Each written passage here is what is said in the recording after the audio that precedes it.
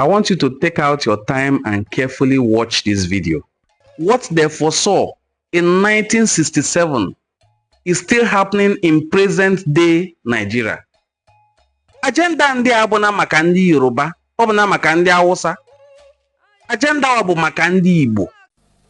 Anti-grazing laws and banning of open grazing is a satanic agenda to destroy our means of livelihood by desperate politicians acting on faulty and self-serving security reports. It is Frederick Bessia in 1801, in his Economic Sufism, who said, when plunder becomes a way of life of a group of men living together in a society, they create for themselves in the course of time a legal system that authorizes it and a moral code that glorifies it. This is a clear case of the current rush to create negative laws against our cultural heritage. Anti-grazing laws and policies are attempts to ban open grazing are nothing but populist and corrupt-driven agenda designed by visionless, inept, and desperate politicians to destroy pastoralist means of livelihood. These dangerous and satanic laws must be nipped in the bud by the National Assembly to safeguard the Constitution of the Federal Republic of Nigeria, as it portends greater danger to the corporate existence of the country. These oppressive laws and hostile policies being enacted by state governors are fundamentally going against the Fulani pastoralist culture, economic interests, and constitutional rights. It is important to note that interstate movement of pastoralists is similar to interstate commerce, which is an exclusive preserve of the legislative powers of the National Assembly under Item 62 of the exclusive legislative list. To this effect, any action taken by any state assembly that is in conflict with the above section of the 1999 Constitution as amended is null and void and of no effect and of no consequences to the pastoralists. These laws do not take into cognizance the sociology, economic of production, climate variation, and other push factors that are inherent in pastoralist movements across ecological zones. It is a common knowledge that Nigerian mode of agricultural practice is still primitive all over the country and are not consistent with global best practices. So why singling out the pastoralists who have been suffering from cumulative years of neglect in terms of development from both federal, state, and local governments? There is a looming danger and security implications of these satanic laws by the ill-informed governors on national security. The laws will destroy livestock production and send into poverty millions of people that depend on livestock value chain. The butchers, the transporters, the livestock dealers, the consumers who are used to affordable source of beef and milk are going to be affected. The laws will undermine relative peace and stability currently enjoyed in local communities and threaten social order. The laws will exacerbate cattle rustling in local communities as criminal gangs and state-sponsored vigilantes like Amotekun and other state-sponsored gangs to be rustling our cattle. The laws will lead to a serious humanitarian crisis as families will be destabilized, market and economic livelihood will be disrupted. The laws will lead to massive cross-border migration that will create further security challenges for the country. Our prayers. The National Assembly and Mr. President to intervene and stop the current attempts by some state governors to criminalize our means of livelihood of cattle rearing through enacting of satanic and obnoxious laws they call anti-grazing laws, which I call anti-Christ, targeted at Fulani pastoralists. The federal government should create a ministry for livestock and fisheries as obtainable in many African countries. Nigerians should adopt strategies in responding to changes of climate change as it affects livestock production, not negative laws. Government should take an inventory of all existing grazing reserves, traditional grazing areas, transhumance corridors, major stock routes, and fully develop at least one grazing reserve in each senatorial zone in line with the recommendation of the Interministerial Committee on Livestock Development in Nigeria 2015, the report of Presidential Committee on Pastoralists and Insecurity 2014, and the Livestock Transformation Program. The existing African Union and ECOWAS protocols, regulations of pastoralists and transhumans should be domesticated and proper documentation and implementation strategies be put in place to check illegal migrations into the country. The government should incorporate pasture development in the implementation of the grid grain wall in combating the certification and preservation of small water bodies. A review of the Land Use Act is long overdue to accommodate the interests of all land resource users, particularly pastoralists who are in need of land to do their business. Ranching, as envisaged by many, requires massive capital investment and is difficult to sustain, not economical, and is not smallholder centered. So government should lead in the way of creation of ranches, because a poor stakeholder cannot have the money to buy land to create ranches. We are calling on the proper funding of the National Commission for Nomadic Education and of expansion with mandates to educate pastoralists to imbibe modern ways of livestock production. The National Assembly should come to the rescue of the pastoralists by resuscitating and passing the Grazing Reserve Commission Bill and other livestock management bills that were initiated by previous National Assemblies and still lying fallow. There is need to introduce livestock tracking using GPS technology and support community-based conflict mechanism. In a similar vein, our organization totally condemned the continuous extortion of Fulani pastoralists and profiling of Fulanis by the governor of Benue State, Samuel Otom, and call on him to offer an unreserved apology to the Fulani race for the tissues of lies, propaganda, falsehood against the Fulani ethnic group, particularly our organization, the Miyetti Allah Kautal Hore. Our organization applauds the renewed efforts of security agencies in the massive onslaught against criminals, cattle rustlers, kidnappers, bandits, particularly the near decimation of Boko Haram terrorists in the northeast, arrest of the notorious Biafran terrorist Nnamdi Kanu, and the smoking of the murderous Yoruba bandit gangster Sunday Igbo that is languishing in Benenwa prison. Our organization totally condemned the vituperations of one Emir of Muri in Taraba State for genocidal propaganda against the Fulani pastoralists, and have since taken the necessary legal steps against the misguided local monarch, and have written to the Taraba State governor to immediately dethrone the deranged monarch. Finally, we commend the courageous efforts of the federal government under the progressive leadership of President Muhammadu Buhari for listening to our consistent call to restore existing grazing reserves and routes, create new ones, as it is the only sustainable solution to the farmer-herder conflict in this country. What is the arable land we have in Nigeria? We have over 38.7 million hectares.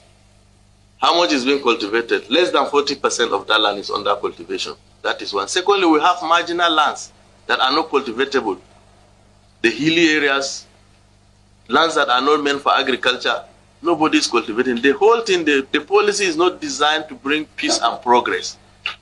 You must accommodate the pastoralists. You must first agree that they are Nigerians, that this challenge of land resource use have to be addressed. Once we address it, look at our nature of agricultural practice. It's still rudimentary, extensive cultivation of land. So the land is enough. What we don't have is the will and the will to accommodate these pastoralists. Just because they don't have title on the land, that doesn't remove them from being Nigerians. Their need for the land has always been opportunistic. Now that agreed population have increased, what strategies are there in place? Technology is there to address the issues. Well, you cannot say we should just go and create ranches in the air. We love to have ranches. We love to have our children, our people settle in one place to develop. But when you give a zero option, you either ranch or you live to where?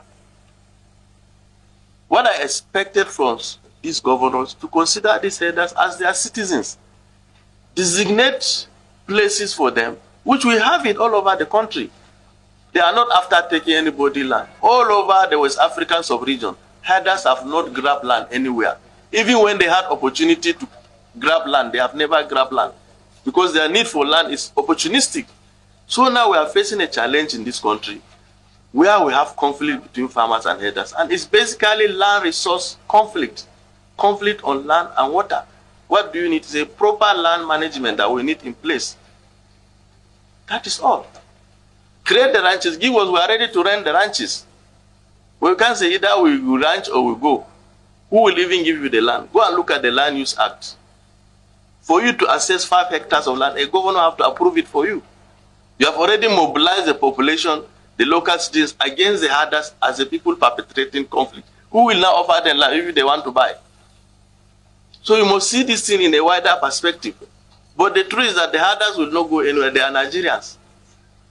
So if you destroy their means of livelihood, you'll be faced with other challenges of crisis, banditry, and what have you.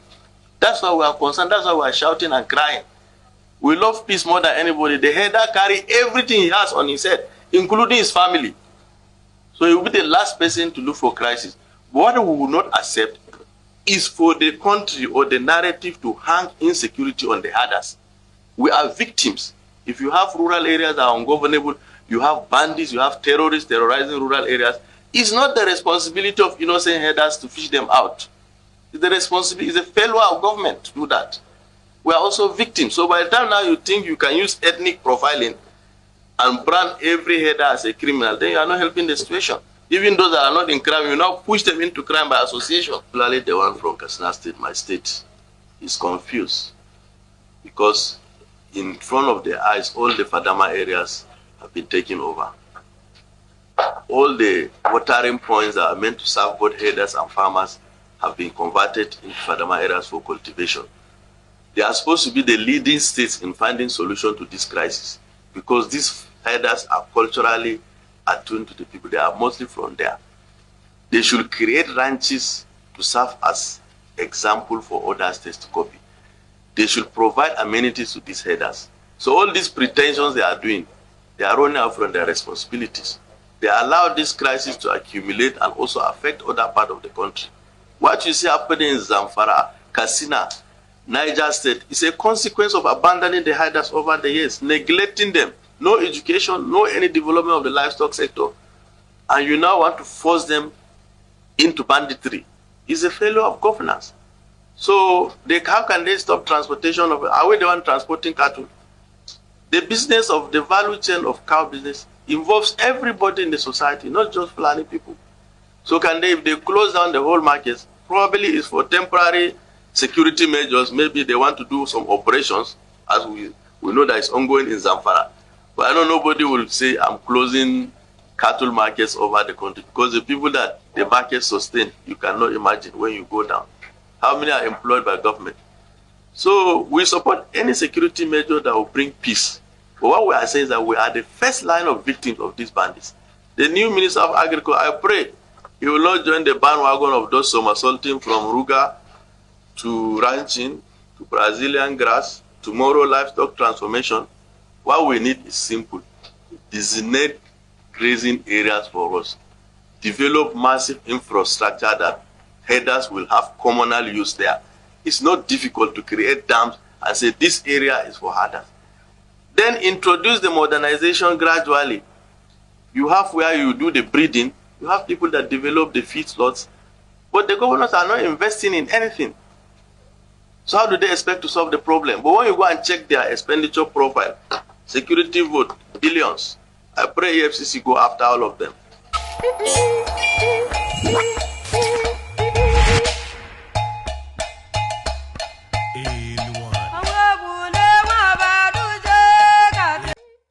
Ịnụ ife ọ na-ekwu.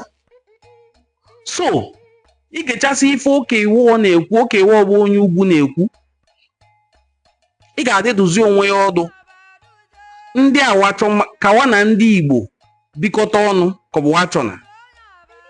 Ụmụchaka ndị na-esi chọ kawa na ndị Igbo bibame. Anyị na ndị na-abụ n'ofu. Anyị na-wa abụ n'ofu. Nwa onyinyo na ikiri ọ bụ na oyi ugwu meme. Ezomenewe ishuwe, ekpunewe ọlọbọ, ekpunewe mmanwụ. Ishuwe gosi na ya bụ nye onyinyo ikiri. Ọ bụ na oyi Igbo meme ya bụ nye onyinyo. Adịne m ejine m aka ne nwena anyị bụ Maazị Nnamdi Okwu Kanu na-enye okwu meniwe ji tinye na nga n'olu dịka nye oke na-ekwu.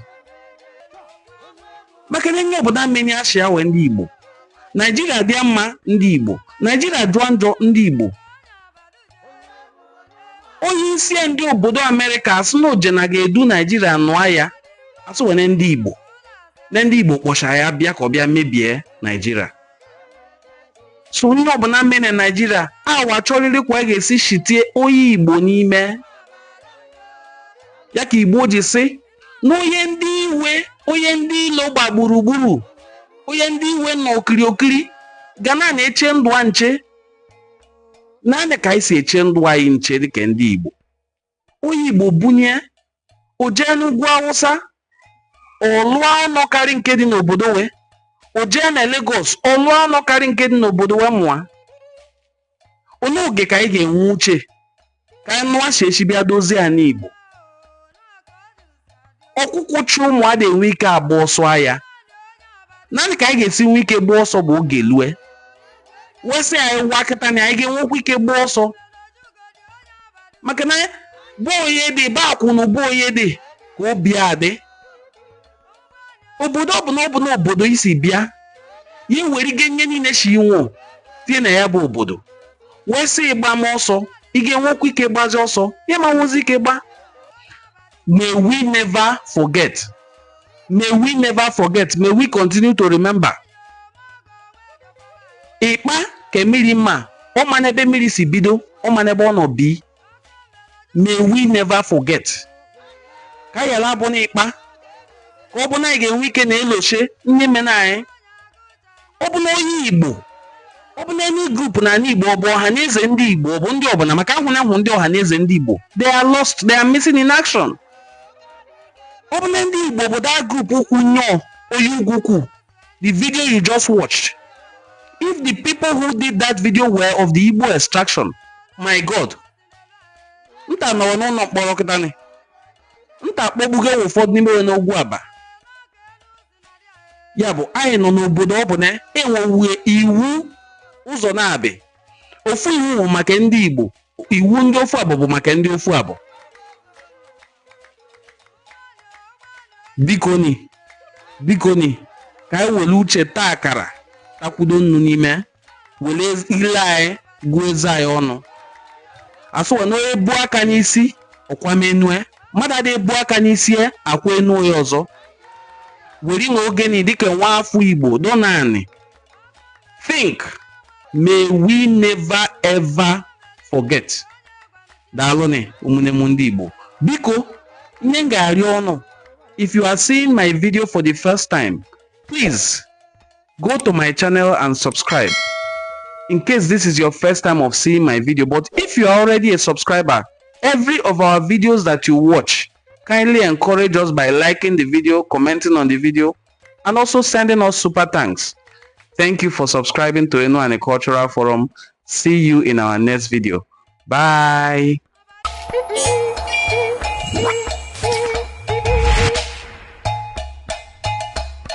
In one.